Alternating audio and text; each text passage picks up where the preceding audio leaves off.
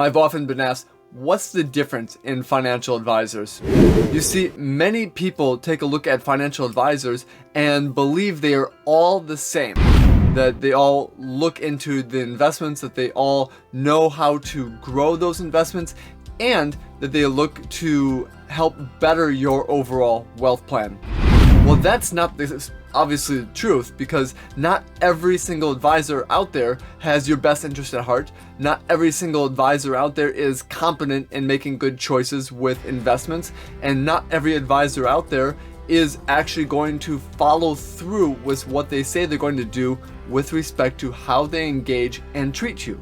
So what is the difference, and what can you do to spot the good advisors from the bad advisors? That's what we want to be talking about today. Today, more than ever, there are many advisors that are out there that look and appear very similar. Now, they do the very similar characteristics of working with your investments, that they look to have a meeting with you, and they actually are doing a semblance of a financial plan. But what makes a good financial advisor different from the ones that you're seeing and the ones that you are having a referral to? That's what we want to be talking about today. Now, really, like I talked about, there are about 3 different ways that you are finding your financial advisors, is statistically what it's showing today. Either you're going to your friends, family, co-workers, and you're finding an advisor that they work with, and they're basically giving you a referral to their advisor. That's the first element and first way that many people find an advisor. Second way is by going to their maybe CPA or the estate attorney that they just had their documents completed with, and getting a referral that way. Then the third element and third way that people are finding advisors are basically going online and searching for advisors that are close to them. Well, all of those work. All of those can find some great advisors, but when you actually start shopping around, what makes for a good advisor and what makes for an advisor that either is just mediocre or worse, one that you actually want to avoid? That is the real crux of the industry, is that there's not many differentiations on the surface level. So we have to start diving in to what it is that makes one advisor different from another. And that starts with the values of the advisor. When it comes to financial advisors, the values are actually very important for making sure that the financial advisor that you ultimately choose line with your values and what you would want for your financial future. You see, this is different than, say, a dentist. Because when a dentist is working on your teeth, when they're doing a cleaning, maybe a cavity filling, things of that manner, it's not that you really are ultimately talking to them about their values and how they treat you and the aspects of their business. But when it comes to a financial advisor, that's completely different, because they're talking about some of the most intimate parts of your personal plan for growing your wealth, the personal plan for your family, and that alone is a different conversation that you are going to have. And so when you align your values with the financial advisor, or more importantly, when the financial advisor aligns their values with you, that is actually a recipe for having a great relationship going forward. So when we take a look at the values, it's very important that, first of all, they have values. So that's going to be one of the questions that you can actually ask a financial advisor is, talk to me about your values. Talk to me about how you work with your plans, the processes you have in place. And all of those other things come back down to, how do they treat you?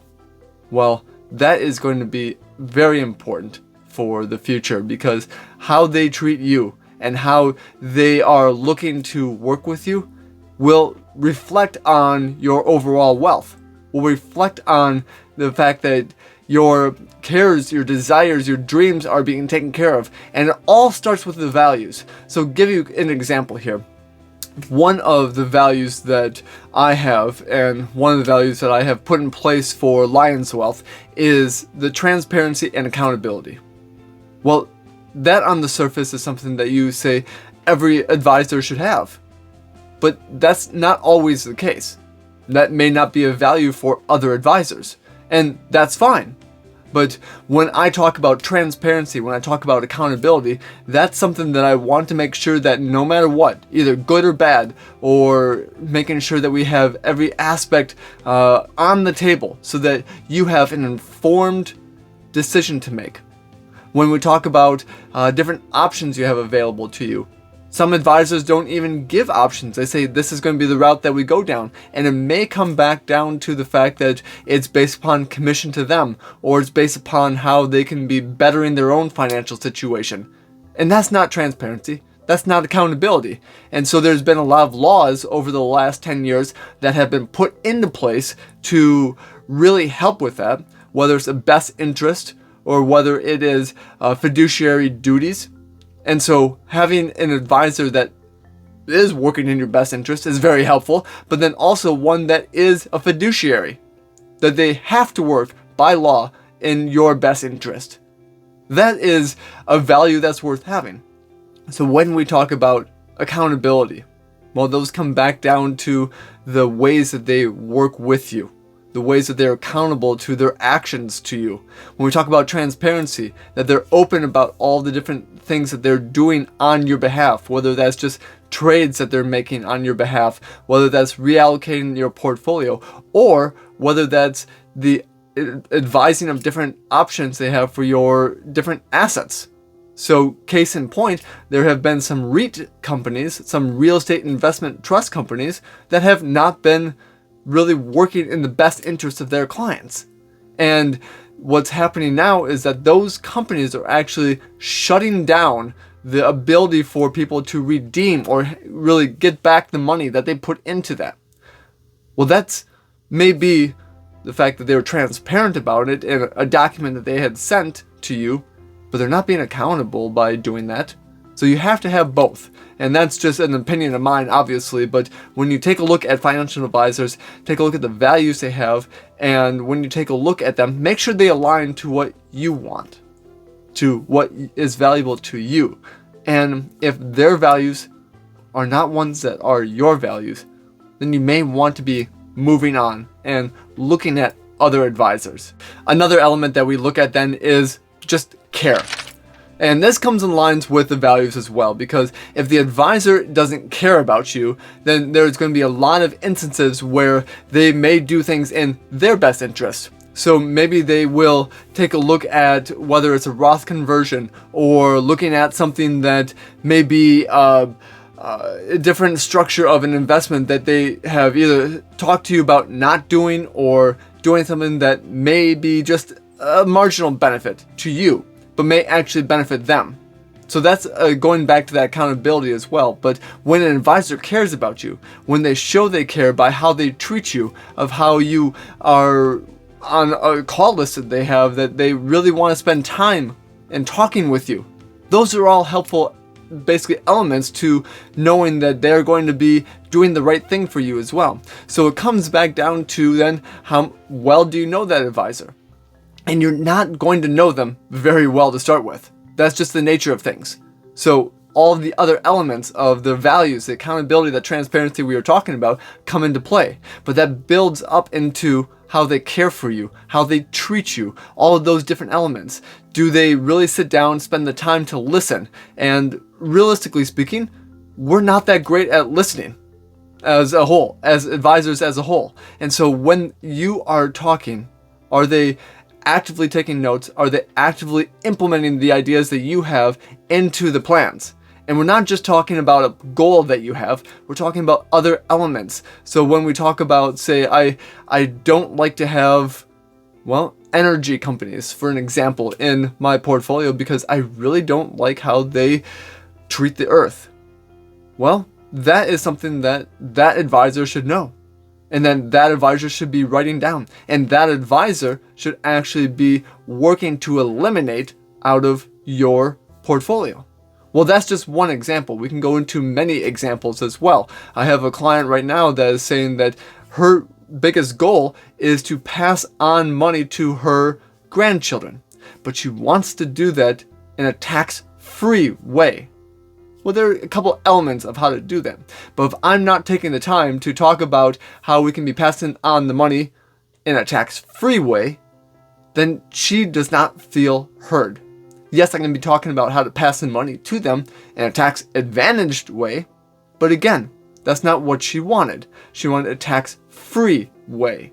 So those are different elements, and when we start talking about that, when the advisor starts writing those down and making a point to direct conversations of how you can do that in a beneficial way for not only, again, for, in this case, the grandchildren, and for you as a client, well, then if they are not doing that, that's a recipe for saying they may not be understanding you, they may not be caring for you, and they may not be really taking the time to listen. So caring and listening are very, in this case, sometimes synonymous words that we can be using here. So the level of care that they are treating you with comes back down to, again, the values that they have and how that they can be looking to better your overall wealth plan for what you want, not what they want. That's a big piece of the puzzle there that you can be looking for. And how do you find an advisor that cares? Well, unfortunately, that's just by doing a lot of different introductory meetings. And advisors should be giving you at least an hour of their time, or even a 15-minute introductory call. Anything just for you to be able to understand of who they are more, and you can really grasp the empathy that they have in those times. Or you can really grasp the fact that maybe they don't have the personality that you are wanting to work with, that maybe you feel that you are unheard even in those couple minutes that you're talking with them. But that's where some of these introductory calls come into play. That it's just a way to be introduced to those advisors. It's a way to know those advisors, and how you can learn if they're ultimately going to be caring about you, or if you're just going to be another number in the amount of clients that they have, and you're just going to be another kind of call that they have to make on a yearly basis. Those are the things that are the differences between good advisors and really good advisors, or good advisors and ones that are really not that great, and ones that you actually want to avoid. So it's a level of care and how they treat you as well. Alright, well, moving on then, we have the process. Because it's not enough just to have an advisor that cares for you. You have many of your friends that actually care for you, but they don't make good advisors. You may have a lot of coworkers that are very transparent and open with you, but they can't get their work done. So either of those don't make for a good wealth advisor or a good financial advisor, but they are a starting point. So when we talk about the process, that is actually starting to say, are they putting in place a process that's going to be beneficial to you? And that process is really what drives the financial advising process in general that they should have. So yes, you should be having communications with your financial advisor. And if you have a financial advisor right now and you haven't received communication from them, well, then that's going back to maybe they're not the correct ones for you. Because either they don't care about you, or they don't have the accountability to touch base with you, or maybe they don't have the process in place to make sure that you're taken care of. Because financial advisors, like other professionals, work with many different clients. And when you work with many different clients, the process really comes back down to making sure that every single one has the same experience, and every single one has the experience that they need to have in order to better, in this case, their financial well-being. So the process is vitally important. Now, the process here at Lions Wealth is different than other financial advisors, but what we work with here is making sure that not only do you have the structure in place and those processes in place to lead you from becoming just a discovery type of a client to saying one that is going to be progressing the wealth plan with us and committing to working with us. Well, when we do that, when we bring down those processes, we need to have in place what we call the progress meeting. And those progress means are vitally important. And those progress means are what ultimately are going to be directing your financial well-being in the future. Now, that progress meeting is what many other financial advisors call just a review, or that many have different names for them. They're all very similar in nature. But how often do you have them? What do you talk about in those meetings? And how is it actually progressing your overall financial plan? That is what the process does. So when you talk about, is this advisor going to be good for you or not, the process is going to be one that comes back to saying this may actually be a good fit or a bad fit depending on what they say. So let me again give you an example here of the process that we employ with our clients here at Lions Wealth. We have one meeting a year that is just directed to more of the big picture. So this comes back down to goals that you have. This goes back to the ways that you want to be growing your wealth, or transitioning your wealth, or protecting your wealth. You see, everyone is different. And when you talk about protecting your wealth to one individual, that's completely different than saying, I want to be transferring my wealth to another generation. And so having that process in place and talking about those big picture goals is vitally important. But that just isn't enough to have that one meeting talking about big picture. You need to have a number of meetings through the year that are saying, how are we actively doing in making that happen?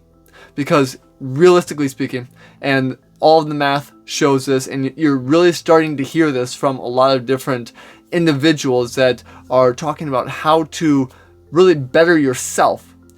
And it all comes back down to what gets measured gets accomplished. So if we're measuring where we're at, we're measuring if we're actually improving and getting better, not just on an investment front, not just on growing your accounts, but what are we doing for income? What are we doing for making sure that if something has changed in your overall wealth plan, that we're going to make changes on the beneficiary front. Or maybe we need a trust now that we never needed before. Those are improvements, and they may be incremental or they may be drastic improvements and steps towards. But if we're not monitoring that, if we're not looking at that on an ongoing basis over the course of that year through different meetings, well, it may never get done. It may not get accomplished because it's definitely not getting measured. And so you don't have to have a meeting every single week or month to make things happen. But if you're having a meeting every couple of years, or a phone call every once in a while with your advisor, well, that is really coming back down to the fact that the level of care that they have and the process that they have in place may not be the most desirable for what you want in your financial future. So that process is vitally important. So as part of your process and finding a financial advisor that works with you and works for you and is caring and transparent, accountable, and all the things, the values that you care about, ask them about their process, because that will also really help direct you to make a great financial decision with having a great advisor. Moving on, we have a lot that we've already covered, but when we talk about the process, we have to talk about another element as well. And we talked about what gets measured gets accomplished. Well, how do we measure that? The scorecard. So just like golf, or just like any other sports team that's out there, they measure themselves by the score. And you can do the exact same thing when it comes to how we're progressing your overall wealth plan. So when you take a look at your investments, there's a very obvious measurement there. That is if the fact that your accounts are growing more today than they did yesterday. That's an obvious measurement, but that's not always the only measurement you should be looking at. Maybe it's the fact that we need income. Well, how much income are you receiving for your investments? That can be another measurement that's out there. Well, maybe it actually is saying we need to do some wealth transfer and making sure that the money you have goes to the intended people at the intended time with the least tax possible. Well, those are other measurements, and each account is going to be different, and maybe each individual investment will be different. So how can we put in place the measurements of those? Or maybe it is wealth enhancement and tax mitigation, making sure that the goals that you have align with how we can do that in the most tax advantageous way possible. Another element that you can be looking at then, wealth protection. See, when your money's unjustly taken, you really start to feel really kind of bad in your overall being, because you know that this is something that should never have happened. But if we have that wealth protection in place, then now we can start to rebuild with what happened, and you can go back to where you were. Now, those types of protections are things that you may never need, but if we have the scorecard in place to say, where are we on that process?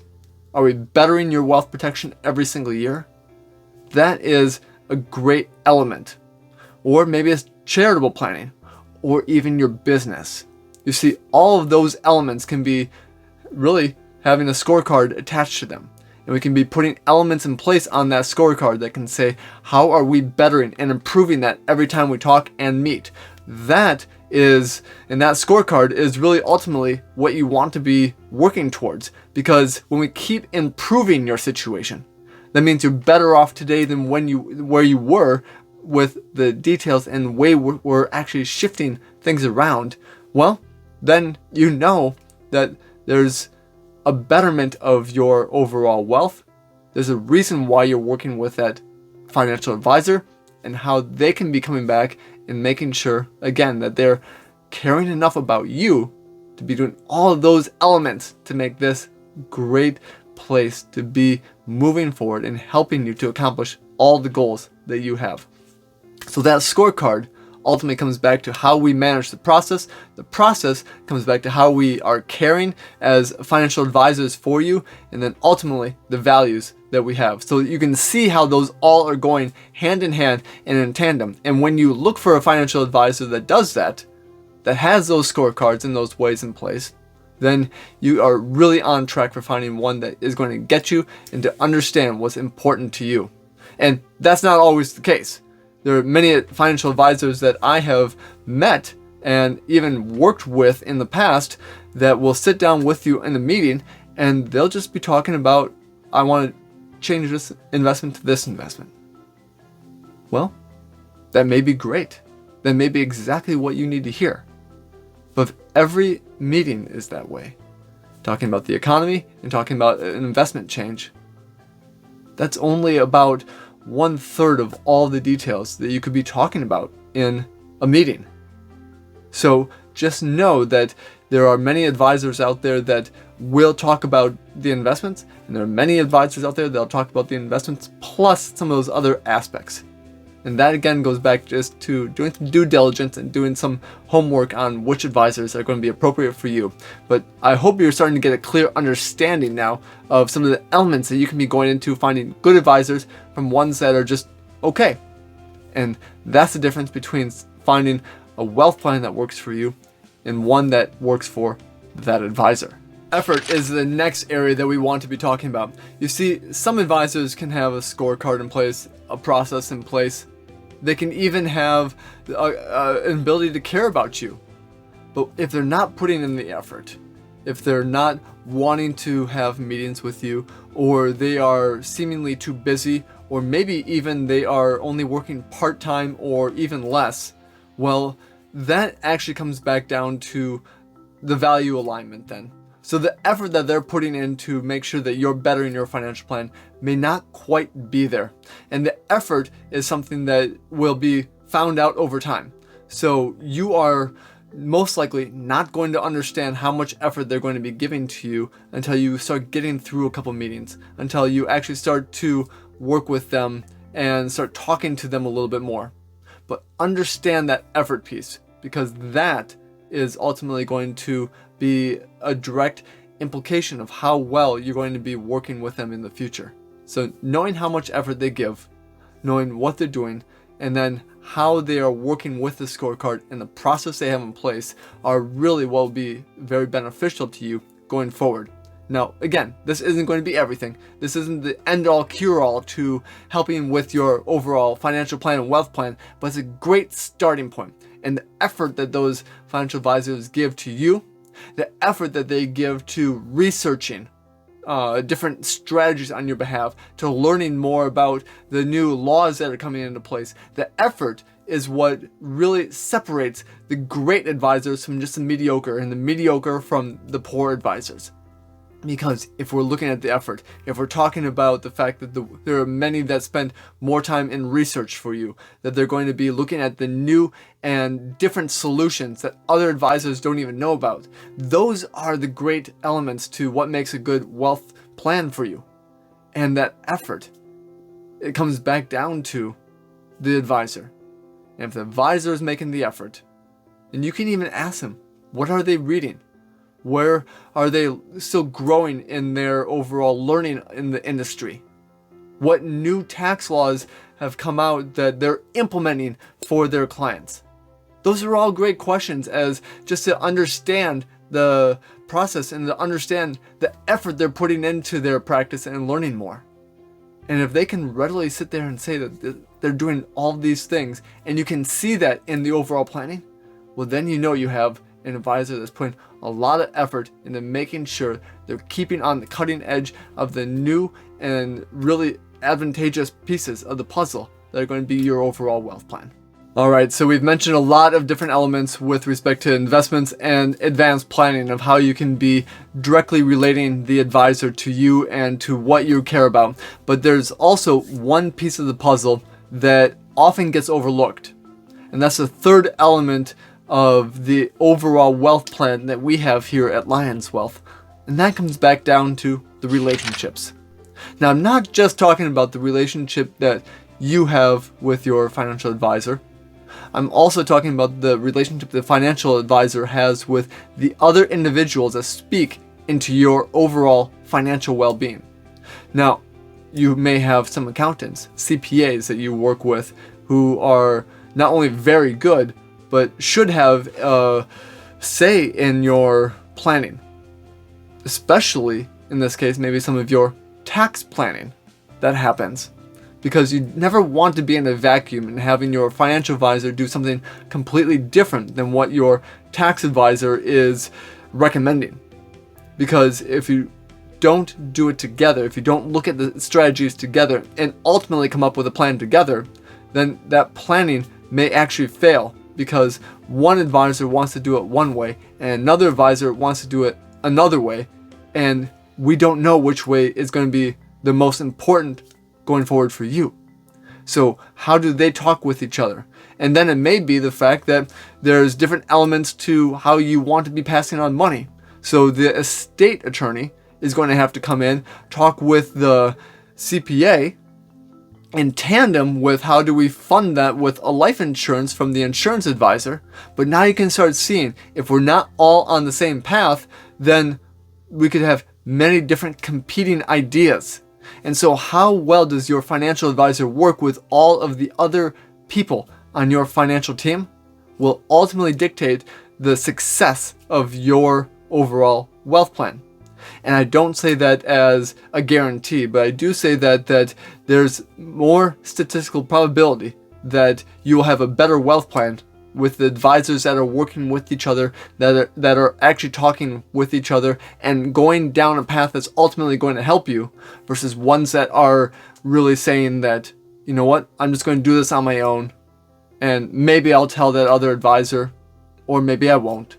Maybe I'll talk to the CPA, or they'll just find out when taxes are due. That's not the way to look at that.